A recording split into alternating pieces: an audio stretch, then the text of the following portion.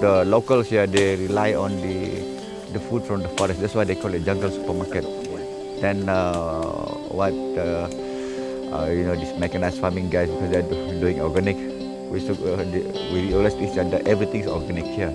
Even the wild boar is organic meat also. In the highland, there are the whole of the highland, there are about 58 species of the ginger.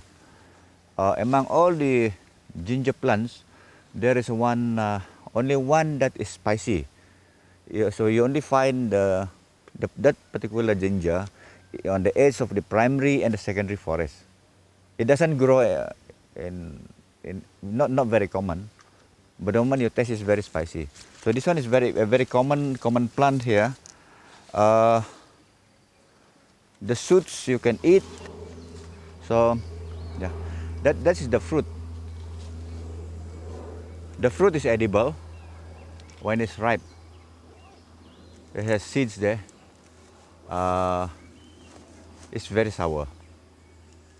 So normally the fruits in the forest are always sour. One or two are sweet, very sweet. They're not ripe yet. Okay, this is the fruit itself. They're not ripe, still young. Just to show what is one of the species of the ginger looks like. And then so this is the fruit itself, which is edible. Then you have the shoots. This is the shoots of it. Probably the last few days you may have come across in your veggie on the table, white. So this is the one, the shoots itself. Then this is the flower. The flower, can you peel it off? You can peel it off. Peel it off.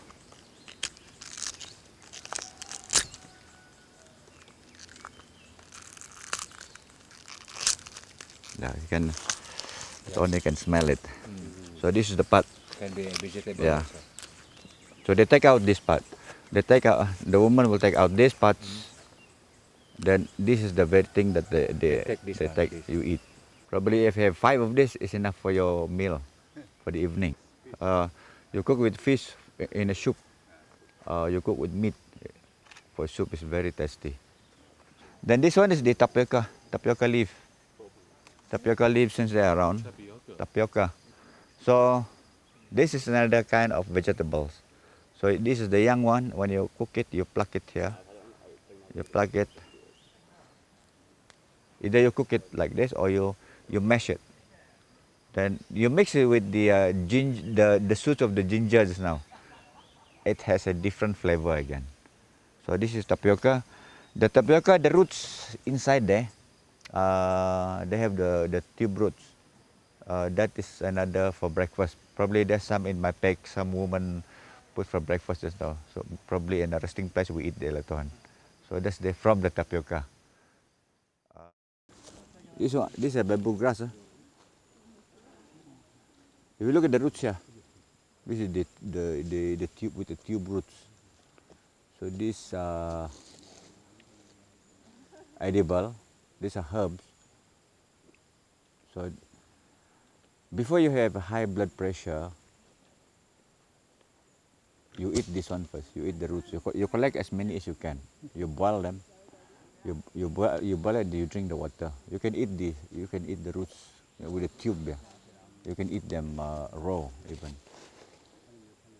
So this is to prevent high blood. This kind of medication here, local medication. We call this one, our local asparagus here. The taste is exactly like asparagus, but it's a wild plant. This is part of what the locals here consumes daily.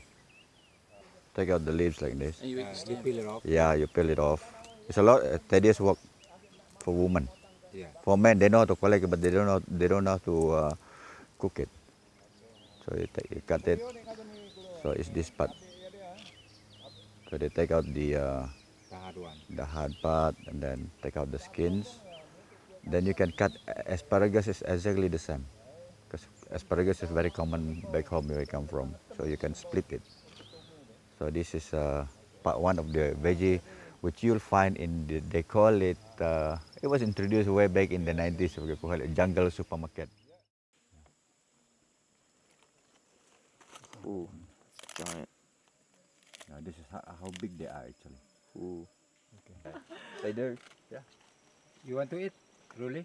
Go, Okay, Harrison. go. Harrison, just come around the camera. Okay. Don't throw it. But As a don't throw. taste. It's alright. Okay. It's just milky taste. Yeah, it's really milky. Yeah. Ew. Some more again. No, it's probably Crunchy, the head.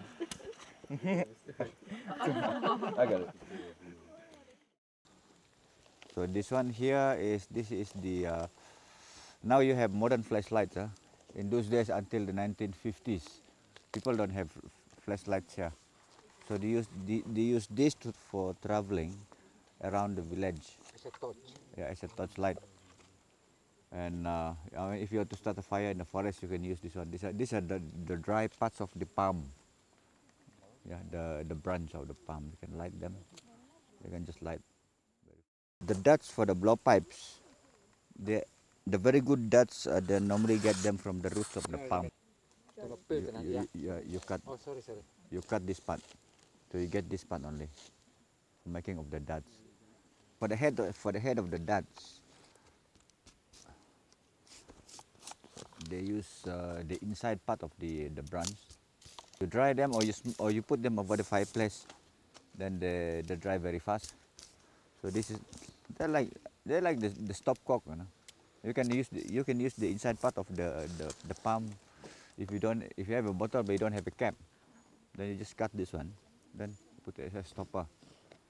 So this is the thing they use. Even the penans, they use this too.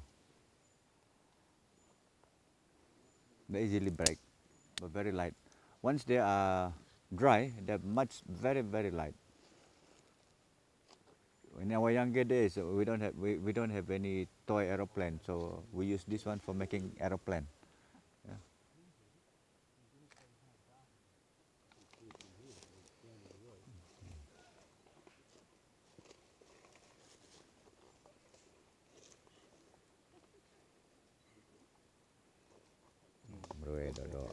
So the head of the dart is what's the size of the blowpipes? Then you put the head of the dart according to the size of the blowpipe, the hollow hole inside. Yeah. That one. Then you can put poison. Poison there, poison that there. Normally it's from Actually, this is a wild plant, but once you cultivate it, exposed to the sunlight, then they grow much faster. Then the leaves become much broader. Yeah, multi-purpose for roofing, for wrapping food, for packing. This is the same leaf. It's a traditional medicine actually. This one is they call it mulberry or gooseberry. What's the usefulness of it is for if you got a cut, bad cuts, blood's coming out if you cut your vein or your artery. So this part, you collect as many as you can, the young shoots here, then you chew it. You chew it, and then you put it where the spots where the blood comes out. This will stop the blood flow. But this is very effective, even for leech bite. Leech bite, if the flow of blood doesn't stop, you just look for it. They are everywhere. Then you just chew it.